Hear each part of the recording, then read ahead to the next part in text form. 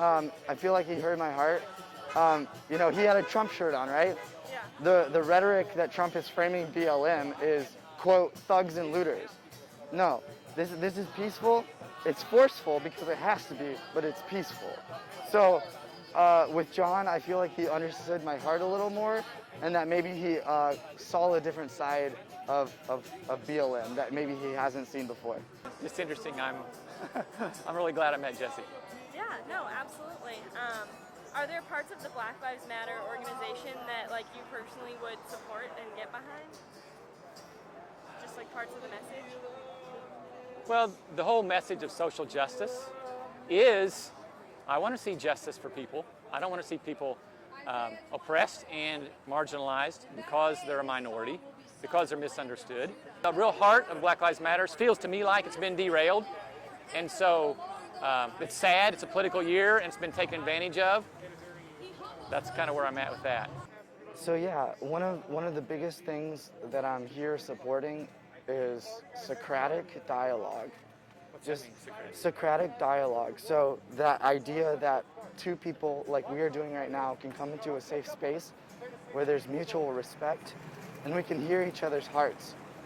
The differences, the disagreements, but at the end of the day, we are in a safe space and we are protected by mutual respect, mutual love.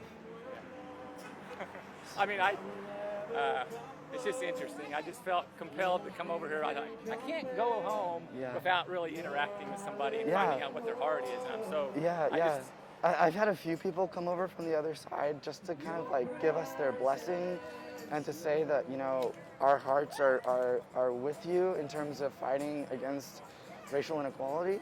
And I think from this, our one demand for this protest is that Chris might potentially publicly apologize for his denouncement of BLM and equating it to the KKK or saying that it has nothing to do with the color of a person's skin. We don't want his business canceled. We don't want his family harmed in any way. That's not right. We do want conversations like we're having now to happen so that people on both sides can come together and agree on what matters. Yeah, that's neat. So, okay, my journey, like I said, so I'm a believer. I just felt like I needed to come. Too often I feel like I sit quiet when there are really important issues, and this is important.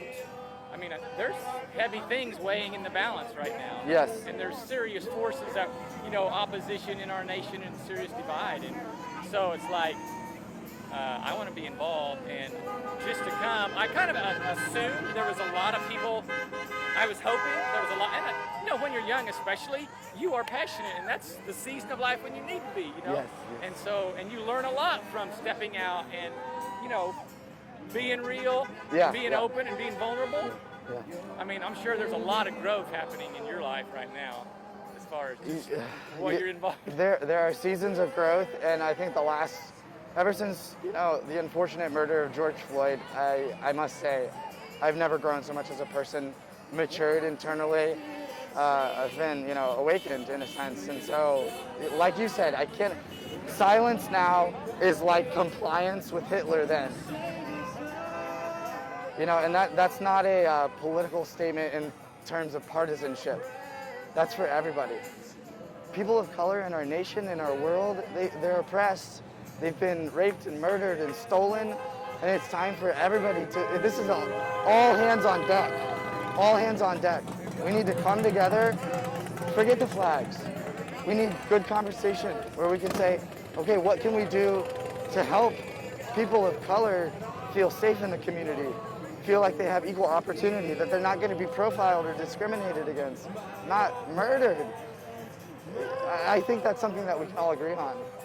I too. I mean, you know, when you talk about social injustice, I don't really feel like I'm an authority. I don't really have that much knowledge, and I didn't grow up around a lot of black people. I grew up in rural America. Yeah. But at the same time, you know, I feel like as a nation that we are attempting to grow and attempting to shift, and it's a slow process sometimes.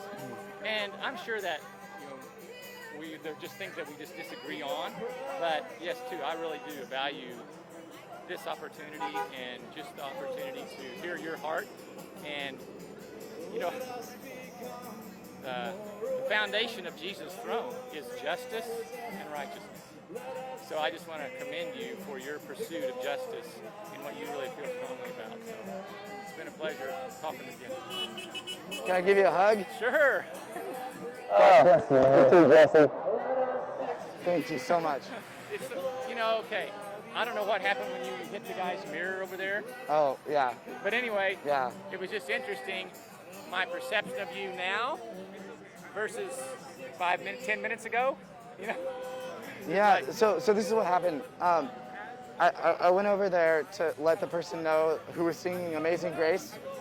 The history of that song, it was written by a naval captain who was actively involved with the slave trade. And that song, I was blind, but now I see, was about him waking up to the injustices he was causing other people. And thus that song came to be. So I just went over there to let that guy know that. And I was trying to walk away, and there was not a lot of room for me to maneuver. I was called, hey girlfriend, cat calls, all that. Someone asked me if I wanted a water. It was not sincere. I went to check my blind spot to make sure I was safe, and my foot kind of slipped off the curb a little bit, and my shoulder, it just bumped the mirror that was extended into the sidewalk. And then when that happened, I had a group of men. I did not feel safe. I was getting out of there so that I would not be physically harmed. That was the energy that I was picking up. I got halfway around the block, and the guy grabbed me by the neck. And thank God for Alpha Security out of Elkhart. They were there and they broke it up. But like, yeah, my heart is not to be an aggressor or a political provocateur. It's to have moments like this. Yeah. This is where it's Do you at. realize who wrote the song and that kind of thing? I understand. That's interesting, just to really feel like, oh yeah, I can see why you would want to come over and say, do you really know the history behind the song? Yeah. Cool. All right. Nice to meet John. Yeah. John. Right. Okay, Jesse. My pleasure. Take care. See ya. Did anything that he said change your perspective of Trump supporters? I mean, if you're a Trump supporter, I do not understand how you can support someone that is so openly bad, just not good. And I understand how people feel like they need to support something because of maybe their alt-right or right-leaning evangelical attachments, and thus they feel like they must support Trump.